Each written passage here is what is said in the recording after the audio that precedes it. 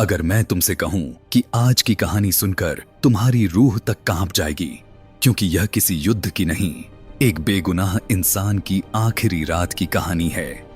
जिस इंसान ने पूरी दुनिया को प्यार और माफी का रास्ता दिखाया था, उसी इंसान को दुनिया ने दर्द, धोखा और मौत का तोहफा दिया। सोचो, अगर तुम्हें पहले से अपनी दर्दनाक मौत दिखाई देने लगे और तुम जानो कि तुम्हारे अपने लोग भी तुम्हें अकेला छोड़ देंगे, जिन लोगों की तुमने मदद की वही तुम्हारे खिलाफ चीखने लगें, तुम्हारे चेहरे पर थूका जाए और तुम्हें सड़कों पर घसीटा जाए, तुम्हारे सिर पर कांटों का ताज रखा जाए और शरीर लहूलुहान कर दिया जाए, फिर भी क्या तुम उन लोगों के लिए दुआ कर पाओगे जिन्होंने तुम्हें तोड़ा? शायद नहीं, क्योंकि ऐसा करना किसी साधारण इंसान के बस की बात नहीं। लेकिन उस रात एक इंसान बिल्कुल शांत खड़ा था, जैसे मौत से भी बड़ा हो। उसका नाम था यीशु मसीह। लेकिन असली दर्द की शुरुआत अभी बाकी थी। आधी रात का समय था और पूरा शहर गहरी नींद में डूब चुका था। लेकिन एक जगह ऐसा दर्द जाग रहा था जिसे शब्दों में समझाना मुश्किल है। यीशु अकेले बैठे थे और उनकी आंखों में अजीब सा डर दिखाई दे रहा था। वही यीशु जिन्होंने तूफानों को रोका और मरे हुओं को फिर जिंदा किया था, आज वही इंसान अंदर से टूटता हुआ दिखाई दे रहा था। उनकी सांसें भारी थीं और चेहरा दर्द से भरा हुआ लग रहा था। आखिर ऐसा क्या होने वाला था जिससे यीशु तक कांप उठे थे? क्या उन्हें मौत का डर था या आने वाले धोखे का दर्द?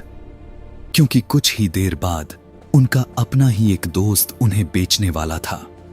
सिर्फ 30 चांदी के सिक्कों के लिए वह अपने गुरु को छोड़ चुका था।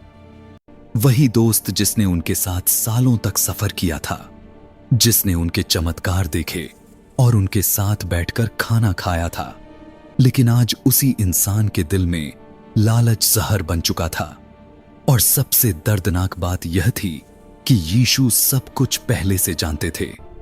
उन्हें पता था कौन उन्हें धोखा देगा और कौन भाग जाएगा। उन्हें यह भी पता था कि भीड़ उनकी मौत की मांग करेगी।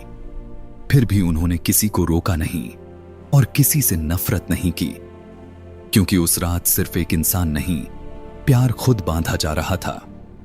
यरूशलेम की गलियां शांत थीं और हवाएं धीरे धीरे बह रही थीं।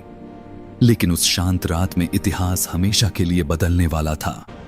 कुछ ही घंटों बाद आसमान अंधेरे से भर जाएगा और धरती कांप उठेगी। एक ऐसी चीख गूंजेगी जिसे सुनकर स्वर्ग तक रो पड़ेगा। उस रात दोस्त दुश्मन बन गए और इंसानियत खुद हार गई। एक बेगुनाह इंसान को भीड़ के हवाले कर दिया गया। लेकिन सबसे दर्दनाक पल तब आया जब यीशु ने अपने शिष्यों को देखा। जिन लोगों ने हमेशा साथ रहने का वादा किया था, वही डर चुके थे। धीरे धीरे सभी उन्हें अकेला छोड़कर भागने लगे और यीशु अंधेरे में बिल्कुल अकेले खड़े रह गए। चारों तरफ सिर्फ सन्नाटा था, धोखा था और मौत का इंतजार था। फिर दूर से सैनिकों की आवाजें और मशालों की रोशनी दिखाई देने लगी। उन सैनिकों के बीच एक चेहरा ऐसा था जिसने यीशु का दिल तोड़ दिया। वह यहूदा था, वही शिष्य जिसने उन्हें बेच दिया था। वह धीरे धीरे यीशु के पास आया और उन्हें चूम लिया। लेकिन वह चुंबन प्यार का नहीं, सबसे बड़े विश्वासघात का निशान था। सैनिक तुरंत आगे बढ़े और उन्होंने यीशु को पकड़ लिया। लेकिन हैरानी की बात यह थी कि यीशु ने कोई विरोध नहीं किया। उनकी आंखों में गुस्सा नहीं, सिर्फ दर्द और माफी दिखाई दे रही थी, जैसे उन्हें अपने दर्द से ज्यादा दूसरों की चिंता हो। जब सैनिक उन्हें बांध कर ले जा रहे थे, सब कुछ बदल चुका था।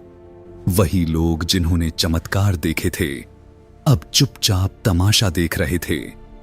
रात और भी भारी होती जा रही थी और अंधेरा गहरा हो चुका था।